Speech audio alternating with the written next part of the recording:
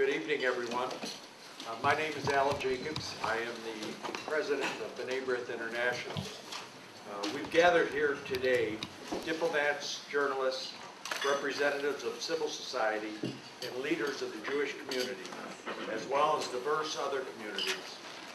I'd like to thank all of you for coming out on this hectic day in this hectic city for what I'm sure we will find to be important, illuminating, and very timely discussion. Before I introduce our topic, I'd like to acknowledge senior B'nai B'rith International leaders that are with us here today. Among them are, and if they would just stand so they can be recognized, Ambassador Joseph Harari of Panama, who serves as chairman of our Center for Human Rights and Public Policy.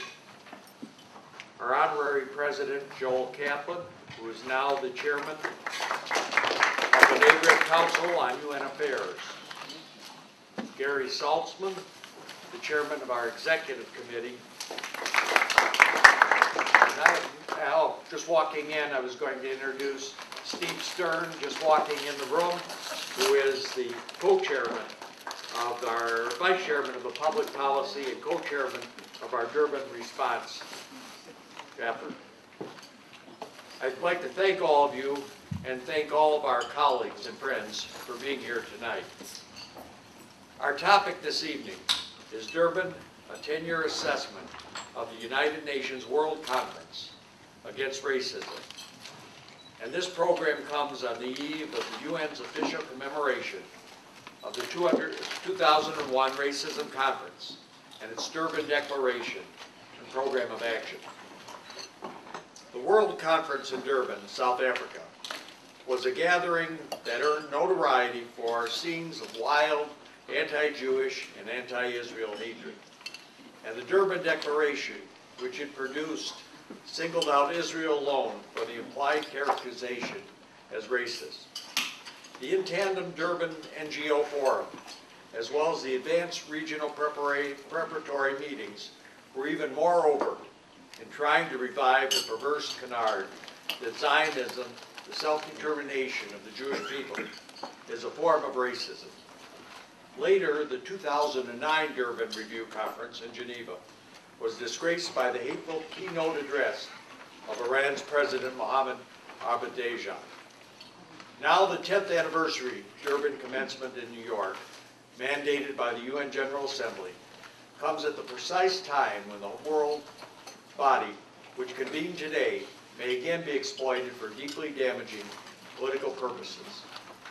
Palestinian officials have threatened to circumvent direct negotiations and compromise with Israel by unilaterally declaring statehood as a step towards internationalizing the Middle East conflict.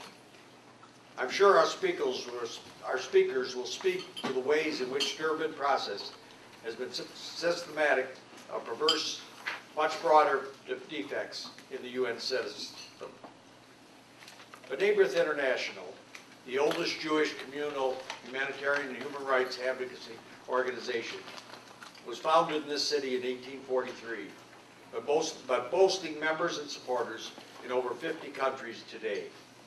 Mobilized the largest NGO delegations to the Durban meetings in both 2001 and 2009 under the lay stewardship of our honorary president, Richard Heidemann, who will be addressing us today and directly monitor the Durban proceedings tomorrow. B'nai B'rith is distinguished as the only major Jewish agency with a dedicated office of United Nations Affairs and an active accredited presence at our multiple UN bodies worldwide since the founding of the UN in San Francisco in 1945. Our work has been recognized by the success of UN Secretary Generals, and our specialized staff and veteran volunteer representatives are a tremendous asset to advancing the values and interests of Jews and all people of goodwill in the world body. As an agency profoundly committed to promoting genuine peace and coexistence among all founding ideals of the UN, we take this vital opportunity to highlight the lessons of Durban at an especially pivotal junction for our international community.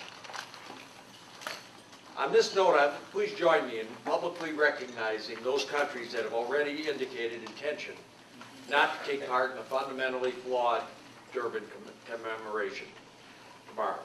They are Australia, Austria, Britain, Bulgaria, Canada, the Czech Republic, France, Germany, Israel, Italy, Netherlands, New Zealand, Poland, and the United States. These democracies deserve praise for their principled stand, and we will convey our thanks in consultation with numerous state and government leaders throughout the week.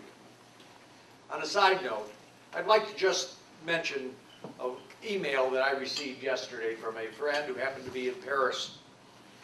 He went into a store to buy a scarf for his wife. In the process, his wife picked it out. He handed the credit card to the merchant. The merchant proceeded to look and notice, oh, the name is Campbell. You must be Jewish. He said, yes, I am.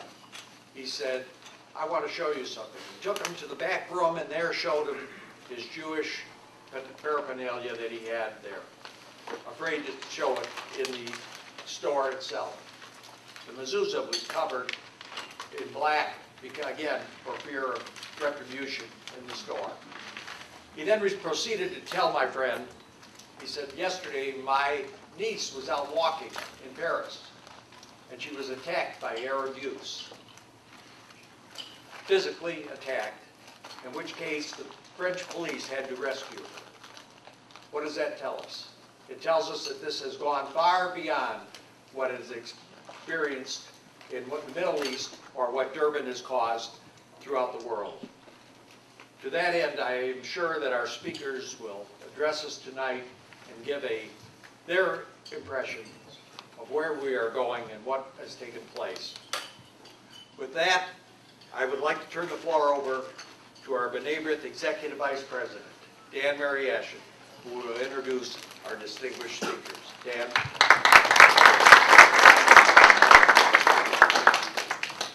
Thank you, Allan. I want to recognize, before we get into the program itself, David Michaels. David, who is our Director for United Nations and Intercommunal Affairs, standing in the back, is really the real organizer of this event, together with his colleague Oren Drury. Is Oren here in the room also? I want to make sure that both of them are recognized for the fine work that they do. Just a couple of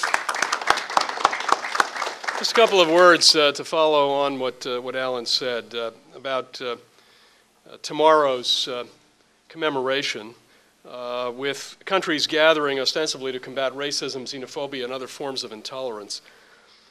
But with a flourish of irony not unusual to UN deliberations on such issues, the Durban 10th Anniversary Conference has become characterized instead as an anti-Semitic hate fest. Well, efforts were made, and you're going to hear about that, to depoliticize this particular meeting. But the fact that the commemoration will once again enshrine the original declaration, which was adopted in Durban back in 2001, which singles out Israel, is our cause for deep concern. For months, B'nai B'rith and other Jewish organizations have reached out to Western governments, urging them not to lend their good names to the proceedings. You heard the list of countries. United States and Canada led the way, but the vast majority of EU member states and others are not going to boycott, are not going to walk out of the room, and will be present tomorrow. Not to mention other countries in the international community. The experience of the World Conference Against Racism in Durban 10 years ago left many governments somewhat chastened and in some cases regretful. The ugliness and the vitriol of that event clearly surpassed the expectations of many and left even those who signed the Durban Declaration and Plan of Action with a new awareness that the circus atmosphere surrounding Durban 1, the open displays of anti-Semitism and hatred toward Israel under UN auspices, should not be replicated. Indeed, evidence of this sentiment was on display when the EU delegates walked out of the conference during an anti-Semitic rant by the president of Iran on the first day of the Durban Review Conference in Geneva 2 years ago. And yet, 8 years later, the Durban Review Conference, with all its flaws and inherent dangers, was convened on European soil on the birthday of the European dictator responsible for the mass murder of 6 million Jews. And the opening remarks on the first day of the conference in Geneva 2 years ago were given by Iran's Mahmoud Ahmadinejad, who has threatened to wipe the Jewish state off the map, has denied the Holocaust, and is aggressively pursuing nuclear weapons. This third installment of the Durban process has, like its predecessors, demonstrated that even a cause as noble as fighting racism and discrimination can be hijacked by countries whose primary purpose is not to safeguard the freedoms and human rights for which they hold little regard. Rather, their purpose is to spread, in the name of the United Nations, anti-Semitism and the hatred of Israel, and not to address itself to the real problems of racism and discrimination and intolerance in the world. It's to the credit of the United States and the other boycotting countries that they have refused to take part in this show of extremism and bigotry. B'nai B'rith looks forward to working with the U.S. government and any other that wishes to work constructively toward the eradication of intolerance.